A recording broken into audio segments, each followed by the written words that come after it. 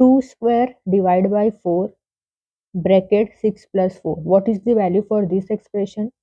So you know the order of operation, which is PEMDAS. First we do parenthesis, then exponent, then multiplication, division, addition, subtraction. In multiplication and division both have equal priorities, therefore we go from left to right. Same for addition and subtraction. So here we'll first solve this parenthesis, then next exponent. So let's solve.